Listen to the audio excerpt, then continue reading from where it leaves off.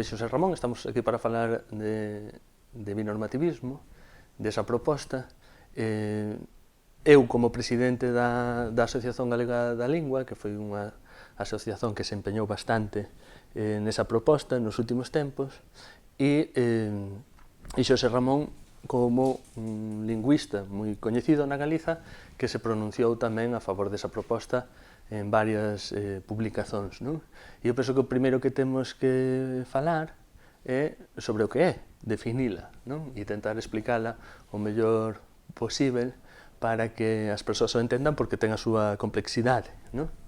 Entón, que sería o binormativismo? Pois, do meu punto de vista, sería unha proposta de política lingüística que leva en conta, que ten en conta que na Galiza, ou noutro sitio cualquer que teña esas mesmas circunstancias, existen dúas propostas ou dous modelos de codificación ortográfica, dous modelos de codificación para a escrita, e pretende non ignorar un deles, senón telos os dous en conta, inclusive dándolles aos dous algún estatuto legal para os dous, para tirar, digamos así, o maior proveito de cada un deles e que os dous colaboren no proceso de normalización lingüística do galego, que colaboren en tornar o galego unha lingua máis forte para, en definitivo, que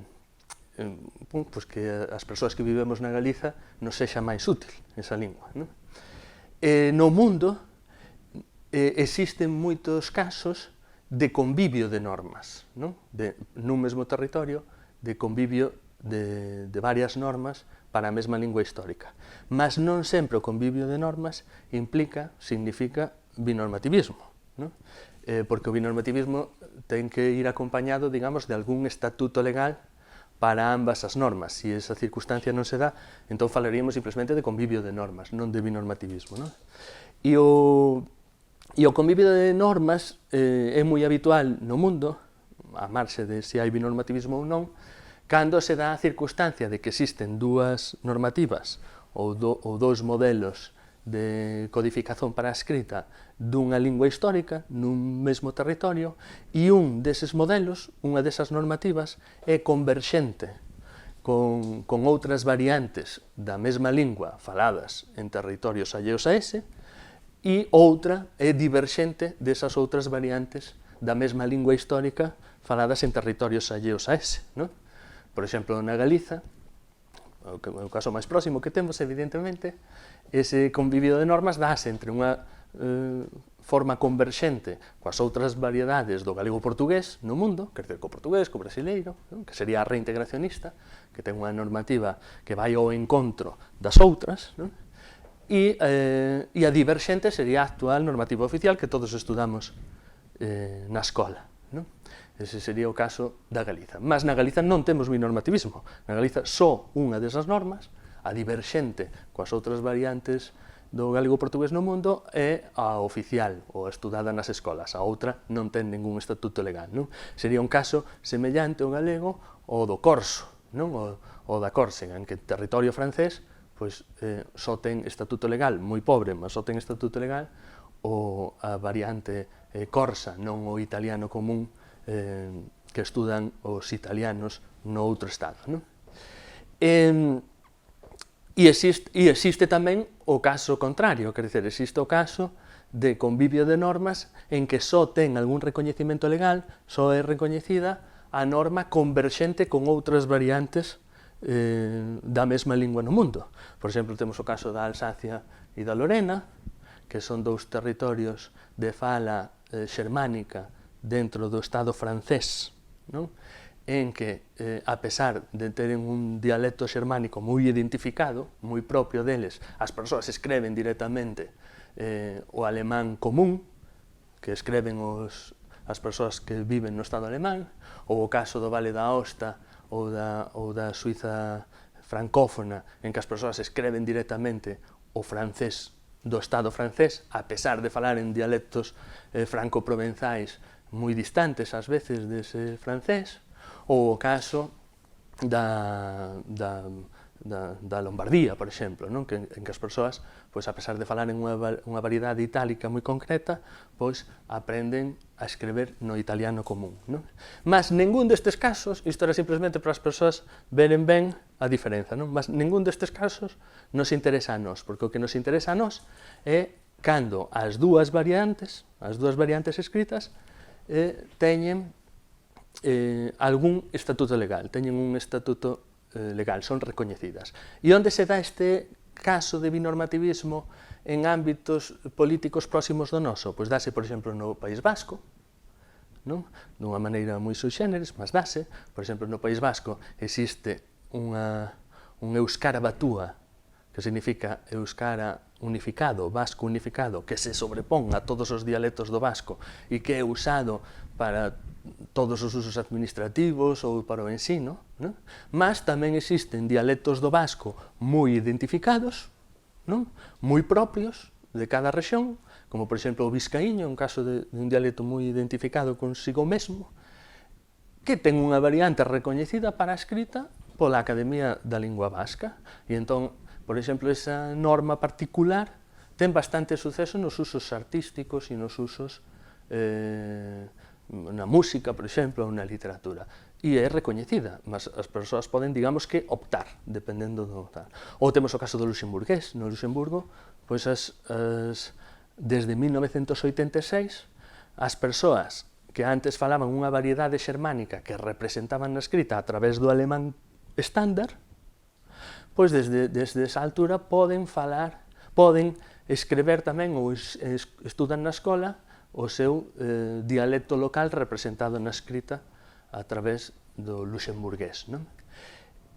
E temos o caso que nós consideramos, e nós sempre pomos máis de exemplo, e con isto penso que podo xa acabar coa primeira pregunta, temos o caso do noruegués, que é o caso máis puro de binormativismo. Por que é o caso máis puro de binormativismo noruegués? Porque para unha mesma lingua, que é o noruegués, non? Da lingua da Noruega, temos dúas normativas, unha chamada Bokmål, que é converxente co dinamarqués, e outra chamada Nynorsk, que é diverxente do dinamarqués e que se construiu a través de un compromiso entre os diferentes dialectos rurais da Noruega, nomeadamente dos occidentais, o que torna ese caso moi parecido ao noso galego, en que tamén temos unha norma converxente co portugués, a reintegracionista, e temos outra diverxente do portugués que se constrói tamén a través do compromiso das diferentes falas galegas, non?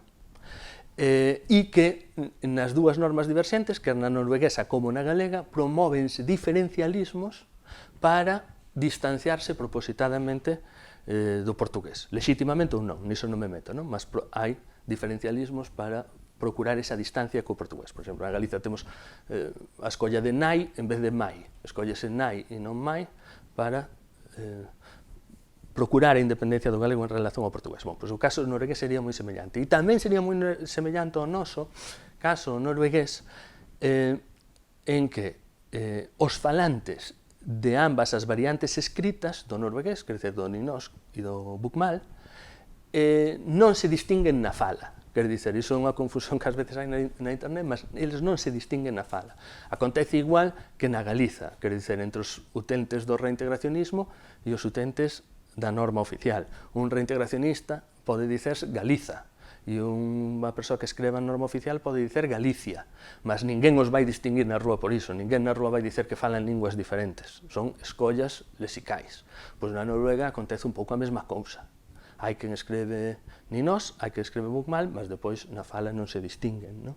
Iso fai o caso noruegués moi parecido ao galego. E outra cousa que fai moi parecido o caso noruegués e ao galego é que o dinamarqués, non?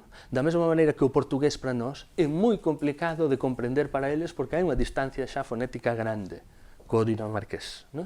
Os dinamarqueses entenden moi ben os noruegueses, como os portugueses entenden moi ben os galegos, mas ao contrario xa é máis complicado, non? Mas cal sería entón a grande diferenza con a Noruega? Que na Noruega ambas as normativas teñen o mesmo estatuto legal, aínda que non é simétrico o uso social, mas o legal sí, e na Galiza Non, na Galiza só unha, a diverxente co mundo lusófono, é a oficial. Ben, pois xa foi exposto aquí por Eduardo o que é o concepto do binormativismo. Non? Entón eu vou fundamentalmente facer algunhas reflexións xa aplicando máis en concreto o caso galego. Sabemos que xa nos ten explicado Eduardo que o binormativismo é un fenómeno que se dá noutros territorios, noutras comunidades lingüísticas, entón aquí na Galiza, para que existise unha situación de binormativismo, o que se teria que dar sería pois, un recoñecimento formal, oficial, a norma reintegracionista que leva tempo asentada na sociedade galega, mas que carece dun estatus propio. Non? Entón, no fondo, que viría a significar o reintegracionismo, o binormativismo? Sería, digamos, o recoñecimento legal, formal, do reintegracionismo, ou, se o queremos dicir con outras palabras, concederlle ao portugués pois, un estatus propio na Galiza. Non? En última instancia, sería incorporar o estándar portugués, a norma portuguesa, ao repertorio lingüístico das persoas galegas. Isto parece que ten unha clara xustificación, posto que históricamente na Galiza veñen convivindo xa eses dous posicionamentos. Xa nos podemos remontar ao século XIX, onde xa hai propostas non, tendentes á aproximación e confluencia do galego co portugués no plano ortográfico, primeiramente, mas tamén noutros aspectos, e logo esa proposta de aproximación ao portugués estivo presente ao longo de todo o século XX e continúa hoxe viva na sociedade galega. Por tanto, a base xustificativa do binormativismo está aí. En todo este tempo anterior non se lle soubo dar unha solución á caída.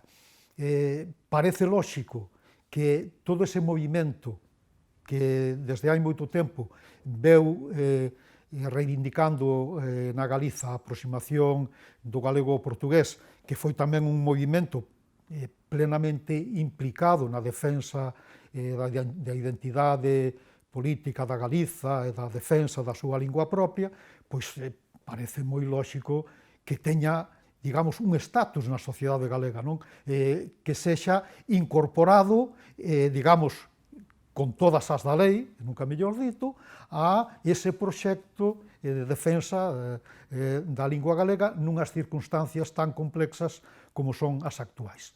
Porque para min outra xustificación do binormativismo pois é xa a situación totalmente preocupante que ten a lingua galega na actualidade. Durante estes longos anos que levamos xa dunha política lingüística digamos gobernamental, apoiando, sustentándose no uso dunha determinada liña ortográfica, pois os resultados que ao final temos pois son bastante preocupantes para a situación do galego.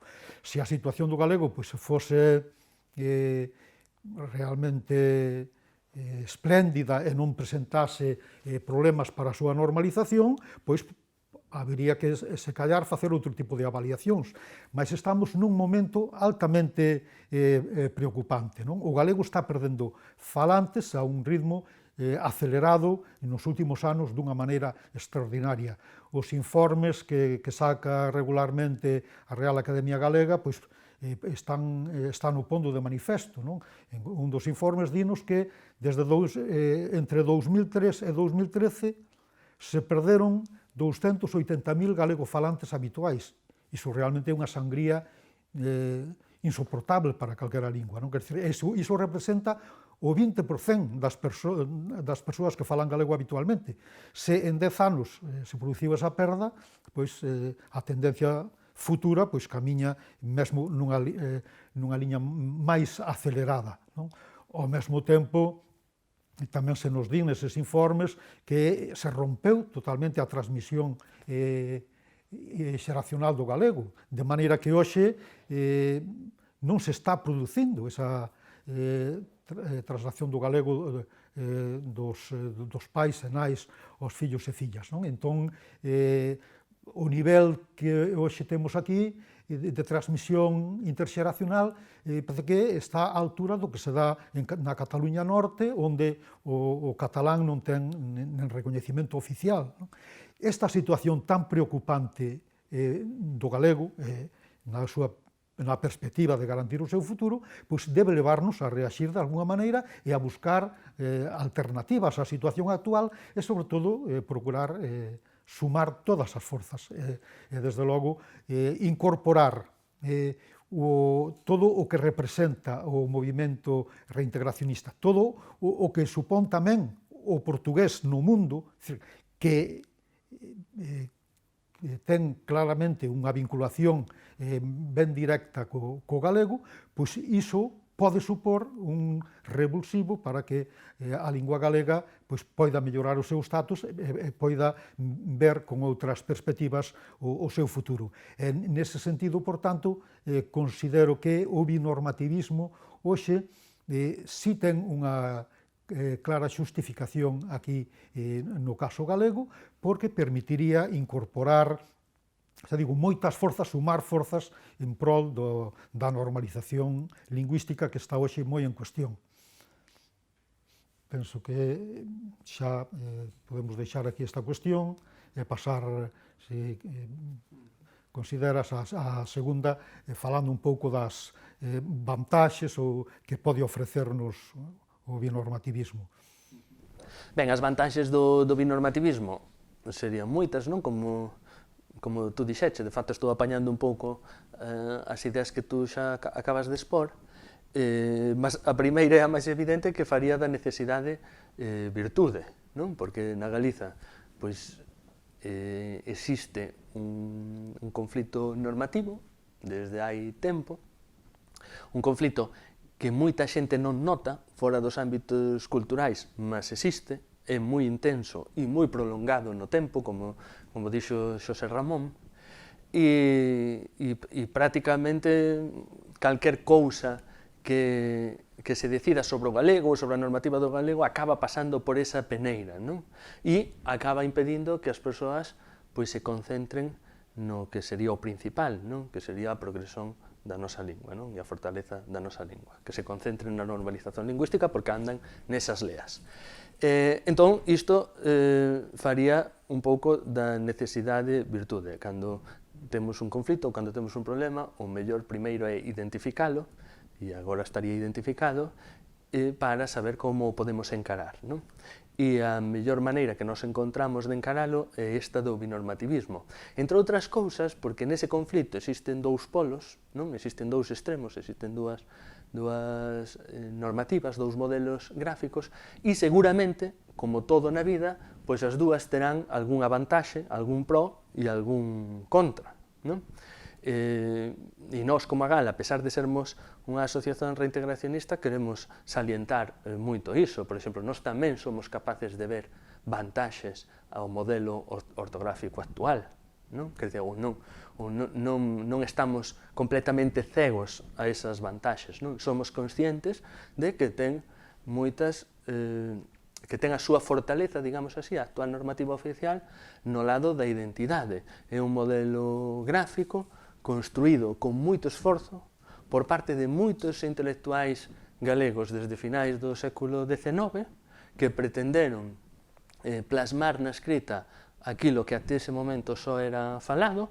Para plasmar ese galego falado na escrita botaron mão da única ortografía que coñecían, da única que coñecían tamén os galegos naquela altura e da única coa que se podían sentir identificados os galegos, e, aínda que agora pode ser discutida a súa pertinencia para moitas cousas, non? Pois eu non deixo de sentirme orgulloso desa historia, non? Desa historia do galego literario, desa historia da cultura galega, e, por tanto, penso que tamén ten defesa, non? E, por outro lado, temos as vantaxes do modelo reintegracionista, do modelo converxente con outras variantes, que ten a súa fortaleza máis no lado da utilidade, non? Sobre todo, desde que hai ensino do galego, pois xa sería posible, antes tal vez non fose, mas desde que se ensino o galego xa sería posible ensinar un modelo gráfico semellante ao portugués, de maneira a tornar o galego pois tamén, para alén de unha lingua doméstica con que todos nos identificamos, tamén unha ferramenta útil de traballo e comunicável co mundo. Non? Eu sempre poño o exemplo do monte. Non? Para evitar os incendios, a mellor maneira, non, é cuidar o monte e tornalo útil. Non? É a mellor maneira de que algún día se acaben os incendios, pois que a lingua acontece o mesmo. Non? A mellor maneira de que non esmoreza é tornala útil para os nosos concidadáns. Non? Entón, as dúas posturas teñen fortalezas, do que se trata agora a través do binormativismo é de combinalas, de conxugalas e de facelas cooperar. Porque hai que ter en conta unha cousa, ninguén de nós é futurólogo e ninguén sabe quais serán as prioridades ou os criterios que terán os falantes do futuro. Ninguén sabe se os falantes daqui a 40 anos van priorizar argumentos utilitarios ou argumentos identitarios para usar en unha lingua ou outra. Ninguén o sabe. Entón, non sexamos irresponsáveis, non descartemos unha das opcións, teñamos todos en conta e deixemos que as persoas adiran á lingua agarrándose a uns argumentos ou agarrándose a outros, agarrándose a unhas funcións ou agarrándose ás outras. Non? Desta maneira, pois, teríamos unha política lingüística máis motivadora, non? Porque a unidade é sempre importantísima para a motivación e o galego, concretamente, necesita agora mesmo de moita motivación. Teríamos unha política lingüística moi original que tornaría un conflito lingüístico que aquí temos, ou un debate ortográfico que aquí temos desde hai moito tempo, en que reparan moitos sociolingüistas do mundo, pois tornaríamolo nunha oportunidade para o galego, no sentido de nun modelo máis democrático e máis cooperativo de construir a lingua, que engancharía moi ben coa xente nova. Non? Se vos reparades, pois hai moita... o debate normativo que falaba antes, non? Pois moitas das cousas que nós dicemos na actualidade, que a xente que eu, por exemplo, que nací no ano 76 e que cando houve todos estes conflitos normativos aínda era moi pequeniño, non? Pois moitas das cousas que eu uso hoxe en día e que xa teño como moi naturalizadas para min, non? Como, por exemplo, dicer animais en vez de animales, como decían os meus avós, ou reás, que nese caso, nesa palabra concreta usaban ese plural, os meus avós, non? Pois eu xa o teño completamente naturalizado e iso tamén foi produto dun conflito normativo que houve no inicio dos anos 70, non? Ou dicer agora canción en vez de canzón xa foi un pouco produto dese conflito normativo que houve nuns anos que as xeracións actuais xa, digamos que perdemos un pouquiño a memoria dese conflito, non? Mas quen decidiu iso? Quen decidiu, ao final, que fose animais, non? Por presión das posturas reintegracionistas ou canción por presión das posturas anti-reintegracionistas. Non? Quen decidiu que a lingua ficase así, a final? Pois unha elite lingüística moi pequeniña, non? Moi pequeniña, da que a maior parte das persoas na Galiza están completamente á marxe. Non? Entón, o binormativismo sería unha maneira de que as persoas se reconectasen coa construción da lingua tamén, non? E a través de unha opción normativa, pois, tomasen partido tamén desas decisóns. Non? Sería unha maneira original de democratizar, non? E facer máis cooperativa a lingua. Non? Non sei se... Ben, eu quería, claro, tamén achegar algunhas das vantaxes que para min ofrece o binormativismo. Desde logo que a primeira sería buscar unha saída ou ofrecer unha saída a un conflito que ven de moi atrás e que, aínda que agora atemperado, máis racionalizado, etc., mas aí continúa e aí vai continuar, porque eses dous posicionamentos a respecto da estandarización do galego están aínda hoxe presentes, como estiveron hai tempo, e continuarán a estar no futuro. E, por tanto, non se albisca unha solución para iso. Non? Lembro que cando hai anos, moitas persoas, cando eu era naquele momento profesor no ensino medio, pois reclamábamos un acordo normativo, etc. Pois desde as posicións oficiais, non? Do ILGA e da Real Academia Galega, se nos dicía que na realidade era imposible un acordo, porque son dúas filosofías diferentes a respecto da lingua. Non? Unha que ve o galego como unha lingua independente do español e do portugués, e outra que ve o galego como unha lingua pois concorrente co portugués ou coincidente, identificada co portugués. E, por tanto, o argumento deles para negar a posibilidade dun acordo era que non é posible concordar entre dúas posicións enfrontadas. Ben, esas posicións continúan aí, e, por tanto, se non fomos capaces de encontrar unha solución, e a verdade que eu si acreditaba en que había unha solución, non? Propuxéramos moitos profesores e profesoras do ensino medio naquel tempo, pois aquela normativa de mínimos, non? Que fixéramos un manifesto que fora respaldado moi maioritariamente, que era pois avanzar nunha liña converxente co portugués, dando pasos graduais, etc. Mas iso, ao final, non foi adiante. Iso, ao final, por unha cousa ou por outras, pois non prosperou. Entón, a situación continúa aí e realmente agora a mellor solución que vemos para iso é justamente incorporar esa proposta que non ten o recoñecemento oficial, que é a norma reintegracionista, que, se queremos, é o estándar do portugués, incorporalo de alguna maneira ao repertorio lingüístico das persoas galegas. Por tanto, a primeira vantaxe sería solucionar un conflito histórico que está aí e que, por outra vía, non se acha solución para el. Ao final, o que faría esta proposta binormativista é sumar, como xa dixo Eduardo, non? O que é o valor de identidade que posúe a norma actualmente vigorante como oficial no galego, e sumar tamén o valor que achega pois unha norma reintegracionista, que sería darlle ao galego unha norma internacional, con esa faceta tamén desa utilidade para a súa proxección cara ao exterior. Por tanto, é unha proposta que suma, que recolle a tradición histórica e que non obriga a ninguén a renunciar á súa visión sobre a lingua. Por tanto, nese sentido, considero que é unha proposta positiva. Logo de ter outros valores tamén. Na realidade, viría supor, digamos, que a sociedade galega adquira plena competencia en portugués, non?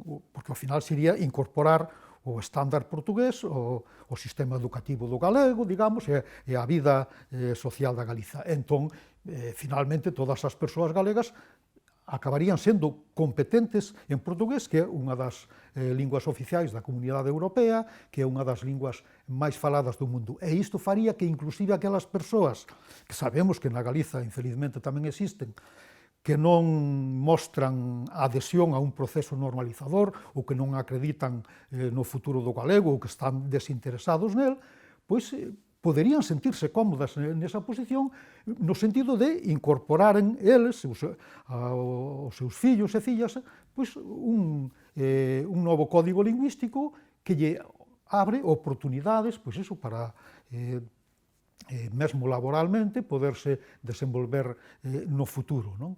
Por tanto, ben por unha vía ou por outra, diríamos que iso acabaría sumando e acabaría conseguindo un apoio que podería ser, non? Sempre a cando se desen as circunstancias precisas, podía ser, diríamos, satisfactorio para a imensa parte da sociedade galega, inclusive para aquela que hoxe, xa digo, non se sente vinculada ao proceso normalizador, mais que pode ver na aprendizaxe e adquisición do portugués pois unha oportunidade tamén para o futuro.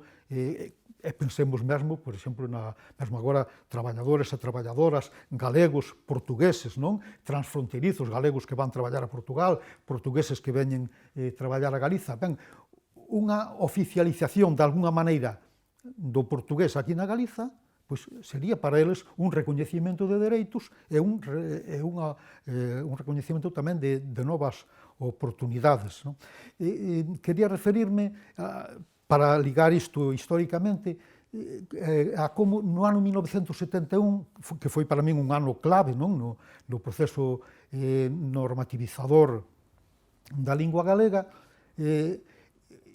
nese ano foi cando nace o Instituto da Lingua Galega e cando, en certo modo, se rompe, digamos, a liña discursiva a respecto da codificación do galego. Non?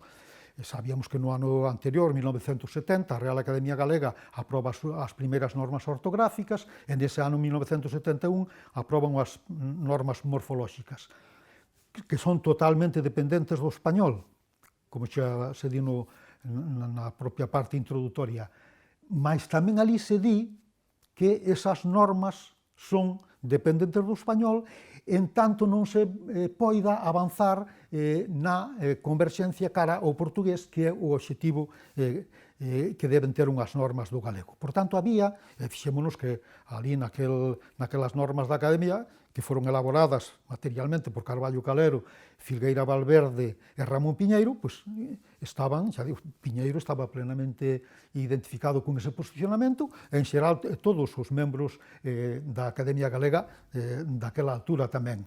Non? E esa necesidade de ir dando pasos cara á aproximación ao portugués era unanimemente, ou case unanimemente, recoñecida. E viña xa sendo así desde tempo atrás, sobre todo por parte do galeguismo dominante. Entón, o que acontece no ano 1971 é que se crea o Instituto da Lingua Galega. Entón, o Instituto da Lingua Galega reorienta ese discurso, non? Renuncia, desbota o argumento da confluencia co portugués ou da necesidade de aproximarse ao portugués e toma pois, o galego oral, popular, como único criterio orientador para este proceso de estandarización. De modo que a partir dese ano 1971 realmente se comeza a construir, se queremos, pois un proceso binormativista, non? Ainda que, por un lado, a norma oficial, non? Que agora vai ser marcada polo ILGA, e por outro lado, xa van nacer as propostas reintegracionistas, non? Van seguir consolidando, xa temos no 73 a proposta de Rodríguez Lapa, máis logo a gramática de Carballo Calero vai ir evoluindo cara á edición de 1979, que máis ou menos sería aquela normativa de mínimos, xa tamén se consolida pois outras propostas xa claramente reintegracionistas. Fronte a iso está a norma oficial. Ou seja, no 71 iníciase un proceso, non? Que podíamos case chamar prenormativista, xustamente no ano en que na Noruega que ti citabas antes, pois se renunciou á vía de construir un noruegués unificado, porque na Noruega, con esas dúas tendencias, non? Un noruegués dinamarqués, ou seja, moi próximo do dinamarqués, e un noruegués baseado nas falas populares, dialectais, etc., pois intentaron tamén durante anos precedentes construir aquel Sandnorsk, non? Ou lingua unificada. Mas no 71 viron que non eran capaces, non? Entón, foi cando, digamos, que consensuaron unha liña binormativista. O Nynorsk, a norma do Nynorsk, a norma do Bokmål, que eles lle chaman formas lingüísticas, para non dicir que son dúas linguas, son dúas formas lingüísticas, e aí temos o modelo, como ti dicías, máis claro de binormativismo. Ben, eles emprenderon esa vía binormativa, digamos, por un consenso, por un acordo e un consenso. Na Galiza empréndese un camiño parecido, ainda que non podemos falar propiamente binormativista no sentido que ti dicías, non? De que non hai un recoñecimento oficial da outra, o legal da outra parte, non? Mas sí que se no ámbito asociativo. Esas dúas propostas, a norma oficialista e a norma reintegracionista, que van ir avanzando por aí. Ben, pois nese proceso estamos, vemos que agora, precisamente, un acordo que lle dese estatuto legal á norma reintegracionista sería, en certo modo, pois, consagrarmos o modelo noruegués para Galiza e, por tanto, creo que sumaría moitas vontades, ofrecería moitas novas oportunidades e, por iso, considero que sería tamén unha vantaxe importante aquí para a sociedade galega, primeiro, facilmente aplicável, porque, xa digo, no fondo, que supón unha proposta binormativista na Galiza? Pois, simplemente, darlle recoñecimento legal formal ao portugués, e incorporar o portugués á vida das persoas galegas, non? Coas cautelas que houvese que tomar, etc., etc. Mas iso non resta nada e acrecenta, ou pode acrecentar, moito valor lingüístico á sociedade galega. Hai un tema que levantas aí, que é o tema dos annós, que a mí me parece interesante porque un binormativismo galego non excluiría a posibilidade futura de un reencontro, non? Digamos que sería unha medida de urxencia, mas algún día existiría esa posibilidade, porque de facto unha das grandes vantaxes do binormativismo, que me esquecín un pouco de comentala antes, é que se reforzaría internamente o galego, non? Como? Isto é un pouco complicado de ver para as persoas, mas, por exemplo, quen use a normativa oficial actual, que sería a norma diverxente co resto das variedades galego-portuguesas do mundo, non? Pois se coñece, se está en contacto cunha norma converxente co portugués a través da vía do ensino ou da que se habilitase para iso, pois moitas palabras, non? Ou moitos termos, moitas expresións galegas que no momento actual sofren unha crise grave de desuso porque non teñen un ámbito comunicativo en que sexan úteis, non? Moitísimas palabras moi comuns, por exemplo, eu que sei, esquecer ou lembrar, son palabras que toda a xente recoñece como galegas, mas na Galiza xa non teñen un ámbito en que sexan útil comunicar a través delas, non? As persoas poden dicer perfeitamente olvidar ou acordarse, comunican en todos os ámbitos comunicativos posíveis na Galiza, non? Mas esas palabras terían a utilidade de comunicar co espazo galego-portugués exterior ao propio territorio galego, non? Entón reforzaríase o seu valor comunicativo e, por tanto, acabarían reforzadas tamén dentro da normativa que pretende ser independente do portugués, non? E ao contrario, moitas persoas que agora utilizan a norma reintegracionista, eu, por exemplo, pois xa normalmente procuramos, temos o noso modelo de corrección no portugués e acabamos usando dicionarios portugueses, correctores portugueses ou brasileiros, quer dizer, xa estamos xa ollamos constantemente para a lusofonía para construir o noso modelo de corrección para o noso galego, non? Para as nosas falas galegas refletidas na escrita. Entón, claro, ese modelo de corrección, pois a verdade é que non protexe palabras que se callar ficaron arcaicas no mundo lusófono, agarimo, ledo, axiña, son palabras moi nosas, moi galegas, mas que non as podemos reforzar a través do contacto co portugués, non? Entón, para esas persoas que usan a norma converxente, ou, por exemplo, imaginemos, persoas que naceron na Coruña ou en Vigo e que, por tanto, xa perderon os vínculos emocionais co galego máis rural e que se callar no futuro lles vai interesar máis utilizar unha norma converxente ou vincularse ao galego a través dunha norma converxente que os ligue co mundo, non? Para esas persoas, o contacto cunha norma local, non? Coa actual norma oficial, reforzaría eses termos que o portugués xa non pode reforzar. Quer dizer que o binormativismo sería unha maneira de reforzar o galego a través de dúas vías moi interesantes. Entón, iso, tal vez no futuro, pois dé lugar a un modelo, a unha norma cada vez máis próxima, non? Ou a que se vayan facendo escollas lexicais cada vez máis próximas nas dúas normas. Aí sí que eu tamén quería incidir, non? Porque efectivamente concordo moito, non?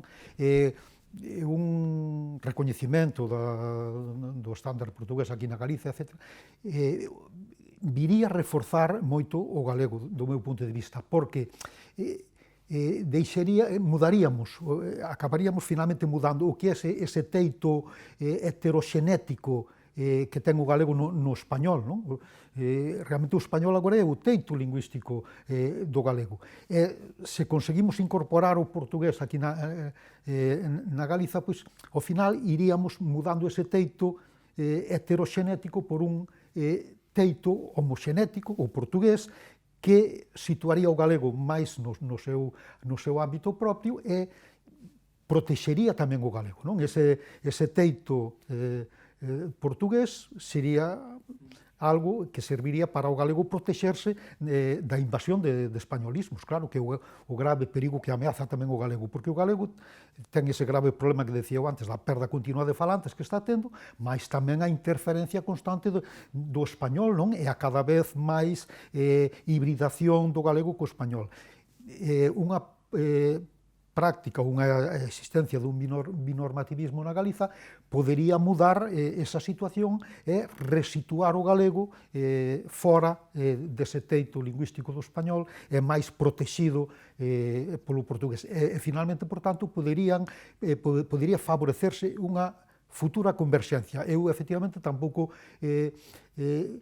quero negar que un recoñecemento agora do binormativismo poida posibilitar no futuro, posiblemente, pois, un galego cada vez máis converxente co portugués e, finalmente, pois, chegarmos a unha solución unificada para o galego no futuro, non? Mais sempre xa situando o galego no ámbito que lle é propio, non? O ámbito correspondente á súa propia historia.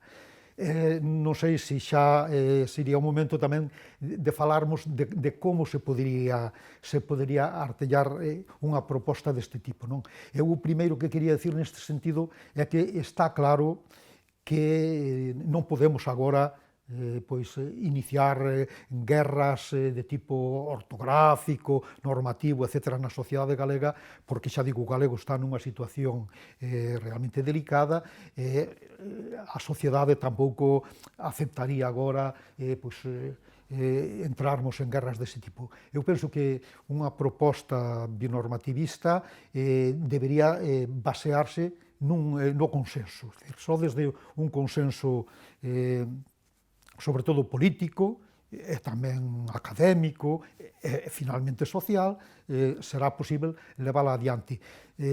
Penso que non é imposible, non? É dicir, o consenso político arredor dunha solución binormativista que suporía ao final, como xa dixen outras veces, darlle un papel ao portugués na Galiza, penso que é facilmente asumible, ou pode selo, polas forzas políticas, que a propia Academia Galega podería tamén asumir ese recoñecemento e, como xa temos o procedente desa lei Paz Andrade, pois podería, por esa vía, pois incorporarse esta proposta, non? É dicir, pois, se callar podría ser unha ampliación da lei Paz Andrade, a que fose acrecentando, non, o papel do portugués na Galiza. Claro, sería tamén unha vía moi interesante, unha futura, debería ser, desde logo, non moi lonxíncua, renovación dun estatuto de autonomía da Galiza, non? E nesa renovación dun estatuto de autonomía para Galiza debería, ou podería aí, introducirse o recoñecimento do portugués como unha, digamos, vinculación estreita co galego, dándolle de alguna maneira un apoio para a súa incorporación o sistema educativo, ou vamos ampliando o que xa ten, ou mesmo un recoñecimento legal do papel do portugués na Galiza, xa digo, partindo sempre da necesidade dese consenso político. Se, alén diso, non, a Real Academia Galega pois tamén fixese un pronunciamento favorecedor dese recoñecemento do portugués, sería útil tamén para que a clase política ou os partidos políticos se baseasen nese acordo académico para eles apoiar unha proposta deste tipo. Eu penso que é unha proposta binormativista que conseguise eses consensos básicos, non? Político, académico, etc., pois logo sería facilmente implementável, non? Porque realmente, en fin, a incorporación ao ensino pois xa está iniciada, sería desde logo darlle moita maior consistencia, incorporala pois aos medios de comunicación públicos galegos, a radio e televisión galega terían aí pois que incorporar, como xa tímidamente fixeron nalgúna ocasión o portugués, e temos despois o resto da sociedade, non? Asociacións culturais, partidos políticos, sindicatos, etc., que terían que ir incorporando prácticas binormativistas. Eu poño un exemplo agora de Nós Diario, non? Do que me sinto moi orgulloso, porque fixen parte, non, daquela comisión promotora de Sermos Galiza, que foi o seu núcleo embrionario. E para min hoxe, Nós Diario, pois é un modelo binormativista, ao fin e ao cabo, non? Onde se poden utilizar o galego oficial, se pode utilizar o galego reintegrado, o estándar, a norma portuguesa, e poden convivir aí. Ben, pois sería ampliar ese modelo, en fin, e claro, contando sempre co respaldo legal, que sería xa o que formalmente xustificaría o binormativismo. Por tanto, eu penso que sería viável, con todas esas cautelas, non, na procura do consenso. Ben, en relación ao que estábamos falando de como, non, e cando, cando, eu diría que cando se poda, non? Eu penso que non hai que ter presa, porque este debate foi tan conflituoso que é mellor pois leválo relaxadamente, e como é unha proposta propositadamente inclusiva, non?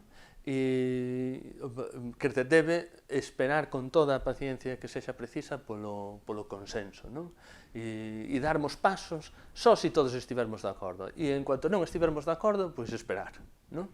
Esperar polo mundo político que sexa preciso, esperar polo mundo académico que sexa preciso para avanzar, e depois ter en conta que non partir tampouco de... Eu non quero pormenorizar moito a proposta, non? Eu, simplemente, cando se chegar a un consenso, pois xa se entrará en pormenores, non? Porque nen sequera a proposta tería que ser simétrica, como é... Na Noruega é tremendamente simétrica, non? Non socialmente, mas legalmente as dúas normas teñen aí exactamente o mesmo estatuto e ninguén se pode afastar ningún centímetro. Mas tal vez na Galiza non se sabía e non teñan por que ter as dúas propostas exactamente o mesmo estatuto, non? Non ten por que ser así.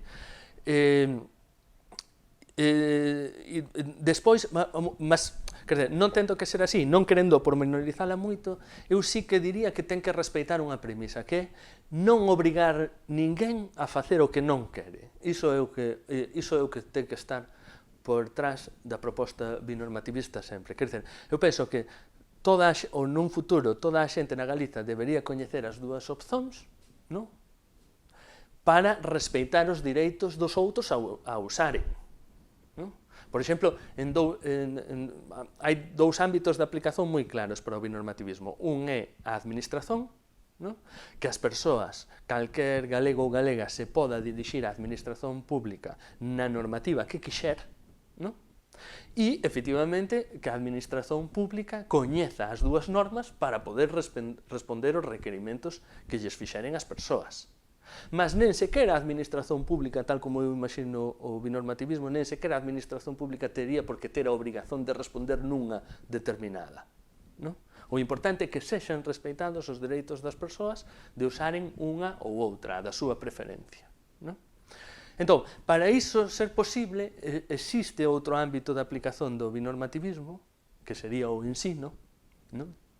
que tal vez sexa o principal ou o que máis debate poderá provocar no futuro, e ese ámbito, o ámbito do ensino, debería asegurar que todas as persoas saísen, por exemplo, da educación secundaria, do ensino primario, mas tal vez sexa máis realista dicer do secundario, en principio, con coñecimento, polo menos pasivo, suficiente das dúas normas, non? Para pôr un exemplo que toda a xente perceba, non?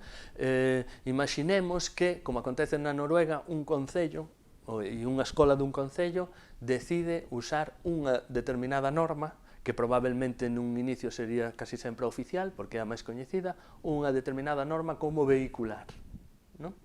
Do ensino. Bon, pois, nese concello, ou xa se verá como se arranxa esa posibilidade a través de consensos, mas nese concello ou nesa escola deberíase estudar a maneira de que as persoas saísen con coñecimento da outra norma que non usan como vehicular, non? Iso sería o ideal. Como? Bon, pois, tal vez, como decía Xosé Ramón, o máis lóxico será introducir, a través do desenvolvimento da Lei Paz Andrade, o portugués en todos os centros de ensino, non? Que sexa posible e que sexa obrigatorio, digamos, estudar o portugués en todos os centros de ensino, ou tal vez a través das propias aulas de galego, de que sexa ensinado ese modelo ortográfico ou esa variante do galego no mundo dentro das propias aulas de galego, non? En principio son as primeiras vías de aplicación do binormativismo que veñen á cabeza, non? Mas tal vez haxa outras, non? Tal vez non sexa bon ou sexa demasiado asustador por menorizar tanto, non? Mas é para que as persoas teñan así un pouco na cabeza o fácil realmente que é aplicar unha política binormativista, non?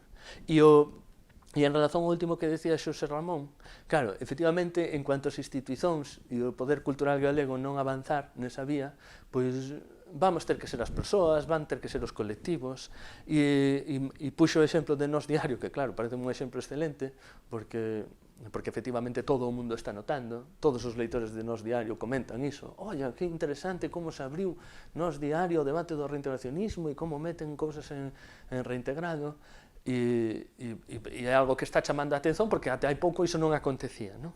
Mas, entón eu animaría sindicatos, partidos políticos, xornais, revistas, toda a xente a seguiren ese exemplo, e non só o seguiren, senón tamén se declararen binormativistas, non? Diceren expresamente que aceitan as dúas normas e que iso é a mellor maneira de imprimir unha cultura democrática á nosa lingua que vai motivar, teño a certeza, moitísima xente. Pois concordamos nisto, non? E, por tanto, eu penso que a vía do ensino tal vez aquela pola que se podería comezar é a que resulta de máis fácil aplicación, tal vez, non? Porque mesmo nas aulas de lingua galega se pode incorporar aí a aprendizaxe pois, da norma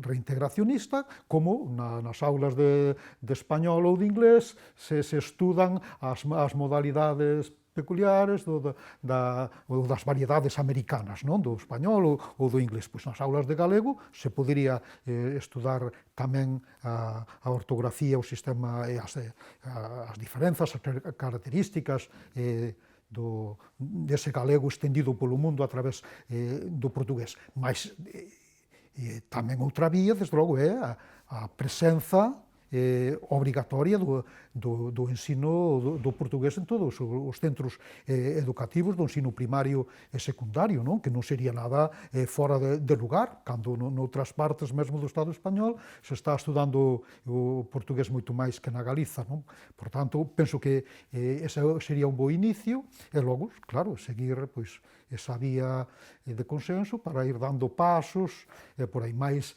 En síntese, desde a miña perspectiva, algo temos que facer na situación actual en que onde o galego está metido nunha situación onde todos os indicadores nos din que as perspectivas de futuro son moi negativas. E daquela algo hai que facer, cando menos ensaiemos esta vía, arrisquemos, non? Posiblemente, se callar, unha proposta deste tipo pode ser arriscada, mas o galego hoxe ten que correr riscos se queremos que se salve. Non podemos seguir pola deriva actual porque vemos que o futuro se presenta como moi escuro.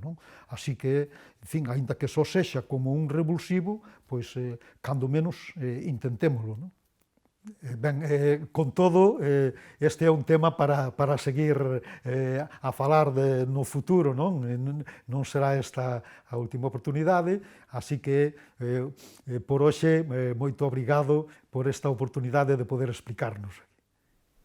Pois efectivamente, agradezo moito a SPG, que é unha asociación que ten moito vínculo coa nosa, coa GAL, non? E tiveron un vínculo moi intenso no inicio dos anos 80, que foi cando naceu a GAL, mas a SPG xa viña do final dos anos 70, e aínda que normalmente nos dicemos que o reintegracionismo moderno como movimento organizado nasce coa GAL, non? Porque é a GAL, digamos, a que fai que moitos intelectuais xa se pasen directamente á normativa reintegracionista. A GAL e o reintegracionismo aniñou antes clarísimamente na SPG. Desde os finais dos anos 70 e principios dos 80 era ali que aniñaba este debate, ao calor un pouco das propostas tamén de Carballo Calero que facía na súa cátedra de lingüística neses anos. Entón, graciñas a SPG.